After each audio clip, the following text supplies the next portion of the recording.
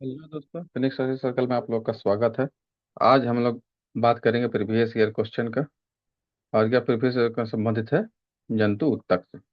ठीक है, तो जंतु उत्तक में हम लोग जो है अभी तक पढ़ चुके हैं। जंतु उत्तक चार तरह का होता है।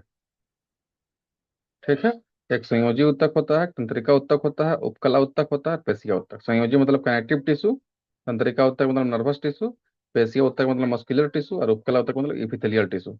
इपिथेलियल टिश्यू और जो है कनेक्टिव टिश्यू, ये दोनों हम लोग अभी तक पढ़ चुके हैं, तो इसी से रिलेटेड अभी वाला क्वेश्चन होगा, उम्मीद करते हैं। ठीक है, बाकी ये दोनों का भी वीडियो नहीं आया है, तो हम लोग पहले पीवाईक्यू कर लेते हैं इस दोनों से रिलेटेड। उसके बाद आगे हम लोग जो है बात करेंगे तंत्रिका उत्तक और पेशिया उत्तक के बारे में। चलिए, तो चलिए पहला क्वेश्चन हम लोग देखते हैं। पहला क्वेश्चन जो है हम लोग देखेंगे कि कौन। पहला क्वेश्चन है कि निम्न में से कौन सा जो है उत्तक जो है विरिक नलिकाओं में, विरिक नलिका मतलब किडनी के जो है लाइनिंग में जो है उसका जो है निर्माण करता है। ठीक है, तो किडनी का इनर लाइनिंग का जो है निर्माण कौन सा करता है, तो वो करता है आपका जो है एपिथेलियल टिश्यू, माने उपकला उत्तक। ठीक है, उपकला उत्तक खुद चार तरह का होता है। ठीक है, एक एक्वेमस या सल्की, सल्की बताए थे, सल्की उत्तक। उसके बाद दूसरा बताए थे घनाकार या क्यूबोइडल। और एक बताए थे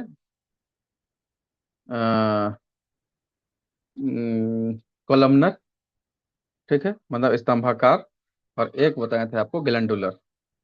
ठीक है, जो ग्रंथिल जिसको कहते हैं। तो स्क्वेमस जो है कहाँ पाया जाता है, स्क्वेमस पाया जाता है आपका जो स्किन है और जो है ब्लड वेसल का लाइनिंग है लंग अलवेली में। ठीक है, उसके बाद घनाकार जो है, ये घनाकार वाला जो है यही पाया जाता है किडनी वाले में, किडनी का लाइनिंग में। ठीक है, किडनी में। और ये क्यूबोइडल जो है, कॉलमनर जो पिलर वाला है, यह पाया जाता है इंटेस्टाइन में, समझ जाता आंत में। और ग्लैंडुलर पाया जाता है ग्रंथियों में। ठीक है, तो ये इस तरह से चारों का है, एक एक बात जो आपको बताए हैं इसको याद रखना है आपको। ये अगर अगर इसका डिटेल आप देखना चाहते हैं तो जो है एनिमल टिश्यू करके एपिथेलियल, एपिथेलियल टिश्यू का एक वीडियो बना हुआ, वो आप जाके देख सकते हैं, उसका लिंक डिस्क्रिप्शन बॉक्स में डाल दिया जाएगा। ठीक है, देखिए उपकला उत्तक जो है विरिक नलिकाओं की भित्तियों का निर्माण करते हैं या शरीर के अंदर विभिन्न अंगों के बाहरी तथा भीतरी सतह का निर्माण करने वाले उत्तक को उपकला उत्तक कहते हैं, एपिथेलियम कहते हैं। ठीक है, चलिए नेक्स्ट देखिए। माइटोकॉन्ड्रिया को विचित्र अंगक क्यों माना जाता है। अब यहाँ पर इसका क्वेश्चन यहाँ क्यों दे दिया है, लेकिन इसको जो है माना जाता है क्योंकि इसमें राइबोसोम और डीएनए इसका अपना होता है, इसीलिए इसको माना जाता है। ठीक है, चलिए इससे रिलेटेड नहीं था लेकिन ये बीच में क्वेश्चन आ गया था। चलिए नेक्स्ट क्वेश्चन हम लोग देखते हैं। नेक्स्ट हम लोग देख लेते हैं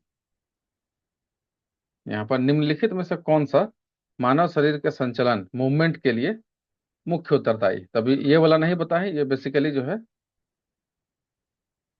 जो मूवमेंट के लिए जो है वो पेशिया उत्तक होता है उत्तरदायी मुख्य रूप से। लेकिन उसके साथ जो है संयोजी उत्तक भी जो है उत्तरदायी हो जाए। क्यों, क्योंकि संयोजी उत्तक में दो चीज होता है। संयोजी उत्तक जो है क्या है, उसका मेन जो मूवमेंट के लिए जिम्मेदार है वो है बोन, अस्थि। ठीक है, पेशिया उत्तक मतलब होता है मांसल वाला पार्ट, मसल वाला। तो मसल और बोन ये दोनों मिलके मूवमेंट को जो क्या करता है, सपोर्ट करता है। ठीक है, चलिए नेक्स्ट क्वेश्चन बताते हैं। एक विशेष जंतु उत्तक द्वारा किए जाने वाले कुछ कार्यों का उल्लेख नीचे किया गया है। आपको इसमें से सही उत्तक का जो है इसका जवाब देना है। यह अंगों के अंदर अवकाश को भर देता है। अवकाश मतलब खाली जगह जो है उसको भरता है, खाली जगह को। यह आंतरिक अंगों को सहारा देता है, सपोर्ट करता है। और यह उत्तकों की मरम्मत में सहायक है, रिपेयर करने में रिपेयर करता है उत्तकों को। तो दिए गए विकल्पों में से उत्तक का पहचान कीजिए, किस तरह का उत्तक है। तो ये संयोजी उत्तक का आप लोग को बताए थे एक, मेरे ख्याल से ये एरिओलर उत्तक का जो है ये एग्जाम्पल है, ये उसी का जो है दिया हुआ है। ठीक है, एरियोलर उत्तक का। एरियोलर उत्तक को हिंदी में कहते हैं अवकाशी उत्तक। ठीक है, ये उसी का जो है एग्जाम्पल है, तो इसका डी आंसर हो जाएगा। ये उत्तकों को मरम्मत में कार्य करता है, आंतरिक अंगों को मतलब इंटरनल ऑर्गन को मैकेनिकल सपोर्ट देता है। और जो है यह जो है अंदर का फीलिंग जो है उसको खाली जगह को क्या करता है, भर देता है। चलिए देख, हड्डी यानी बोन निम्न में से किस प्रकार के उत्तकों का उदाहरण है। तो कैसा है, संयोजी उत्तक। अभी बताया था संयोजी उत्तक। जो संयोजी उत्तक वाले वीडियो नहीं देखे हैं वो जाके देख सकते हैं, उसका डिस्क्रिप्शन बॉक्स में जो है लिंक इसका डाल दिया जाएगा। अब जो बहुत इंपॉर्टेंट है संयोजी उत्तक, तो बहुत बने हर एग्जाम में कुछ न किसी तरह से आता ही है। ठीक है, देखिए हड्डी संयोजी ऊतक का उदाहरण है। इसके कार्य में समान कोशिकाओं का समूह होता है। जंतु ऊतक चार प्रकार के होते हैं, अभी बताए थे, उपकला ऊतक, संयोजी ऊतक, पेशिका ऊतक, तंत्रिका ऊतक। अस्थि हड्डी जो है, यह जो संयोजी ऊतक का जो है एक टाइप है। चलिए, इनमें से कौन सा ऊतक त्वचा के नीचे और आंतरिक अंगों के बीच पाया जाता है? त्वचा के नीचे और आंतरिक अंगों के बीच में पाया जाता है, तो ये कौन है? तो ये हो जाएगा एडिपोज होता है, मतलब वसा ऊतक होता है इसका। वसीय ऊतक भी कहते हैं इसको, इंग्लिश में कहते हैं एडिपोज। ठीक है, इसमें फैट स्टोरेज होता है। ठीक है, तो ये ठीक बिलो द स्किन होता है, बिलो स्किन होता है। ठीक है, और जो है ये इंटरनल ऑर्गन इसी के बीच में, इंटरनल ऑर्गन के बीच में होता है ये। ठीक है, तो चलिए नेक्स्ट हम लोग पढ़ते हैं। और ये इंसुलेट, चूंकि फैट जो है इंसुलेटर का काम करता है, मतलब हीट जो होता है बॉडी का, उसको ना बाहर जाने देता है, ना बाहर का हीट को अंदर आने देता है, उसको इंसुलेटर कहते हैं। ये सब बताया हुआ है वीडियो में। इनमें से कौन सा उत्तक उत्तक की मरम्मत में सहायक करता है? तो कौन सा करता है, ये बताया था, एरियोलर, है ना, सी आंसर हो जाएगा इसका। चलिए नेक्स्ट आइए देखते हैं। चलिए, हमारे शरीर में वसा संचायक उत्तक कौन है? तो यही एरियोलर उत्तक है, वसा संचायक, है ना। तो देखिए यहाँ पर एकदम बेसिक सवाल पूछ दिया है, उत्तक क्या है। देखिए इसका ऑप्शन देखिए, वे कोशिका जो मूल रूप से समान होती है परंतु दिखने और कार्य में भिन्न होती है, तो ये भिन्न नहीं होना चाहिए, एक होना चाहिए। दिखने में भी समान है और कार्य करने में भी समान है। वे कोशिका जो मूल रूप से भिन्न है, ये भी गलत हो जाएगा। वे कोशिका जो मूल रूप से दिखने में और कार्य में भिन्न है, भिन्न वाला नहीं होगा। वे कोशिकाएं जो मूल रूप से दिखने में और कार्य में क्या होती है, समान होती है। ठीक है, तो इसका डी आंसर हो जाएगा। ठीक है, चलिए अब देखिए यहाँ पर उन कोशिका क्वेश्चन है, उन कोशिकाओं के समूह को जिनकी उत्पत्ति और संरचना समान होती है, जो एक विशेष कार्य करने के लिए विशेषज्ञता प्राप्त होती है। उदाहरण के लिए शरीर का मांसपेशियों की कोशिकाएं, या उन मांसपेशियों को बनाती है जो शरीर की गति को संबंधित है, को क्या कहा जाता है? तो उसको क्या कहा जाता है, उसको अगर ये इसका हिसाब से देखा जाए तो मांसपेशियों को बनाती है, शरीर गति के लिए इंपॉर्टेंट है, तो उसका नाम है मांसपेशी, या मसल इसको कहते हैं। ठीक है, या मस्कुलर टिश्यू से बना होता है ये।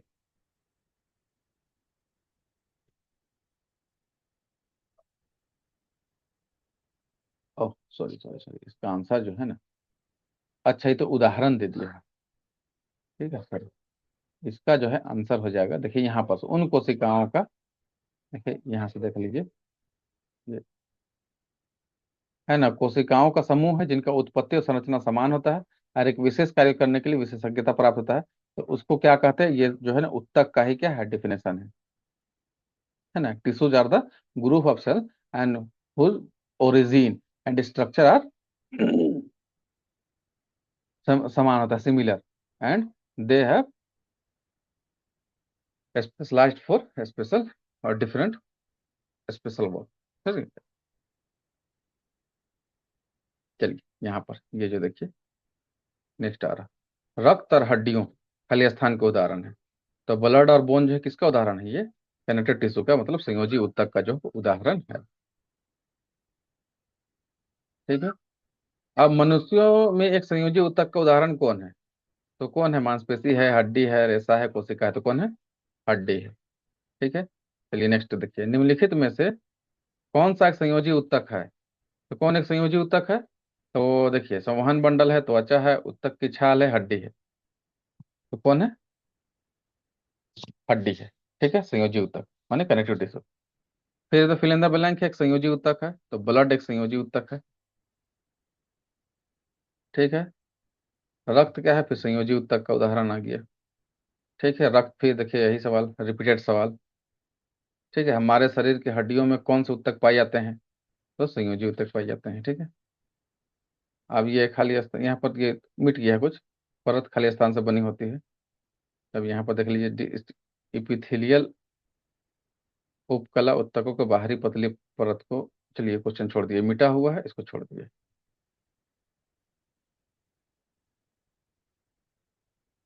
ठीक है, चलिए, हमारे शरीर के कई अंग हैं, निम्नलिखित में से कौन सा अंग सबसे बड़ा है? सबसे बड़ा अंग कौन है हमारा? तो त्वचा होगा सबसे बड़ा अंग। ठीक है, ये पूरे शरीर में फैला हुआ है। देखिए यहाँ पर लिखा है मानव शरीर का सबसे बड़ा अंग कौन है, तो बच्चा यह शरीर का बड़े बाह्य आवरण है। वातावरण, ये एपिडर्मिस कहते हैं। वातावरण नहीं, गलत बात। एपिडर्मिस। ठीक है। और त्वचा जो है किसका बना होता है, एपिथेलियल टिश्यू को बना होता है। ठीक है, इस एपिथेलियल में भी पूछेगा कौन सा टिश्यू को बना होता है, तो किसका बना होता है ये स्क्वेमस एपिथेलियम का बना होता है। चलिए, त्वचा के नीचे और आंतरिक अंगों के बीच उत्तक बनता है। कौन सा उत्तक बनता है त्वचा के नीचे आंतरिक अंगों के बीच, तो वो होता है वसा, है ना, एडिपोज या वसीय उत्तक। ठीक है। संयोजी उत्तक देखिए यहाँ पर दिया है, 3 प्रकार का होता है संयोजी उत्तक। लचीला, एगो सघन, और एगो विशिष्टीकृत। ठीक है। ऊपर देखो फिर शिथिल संयोजी उत्तक में कोशिका एवं तंतु एक दूसरे से अर्धतरल आधारीय पदार्थ से शिथिलता से जुड़े रहते हैं। उदाहरण के लिए वसा उत्तक शिथिल संयोजी उत्तक है जो मुख्यतः त्वचा के नीचे स्थित होता है।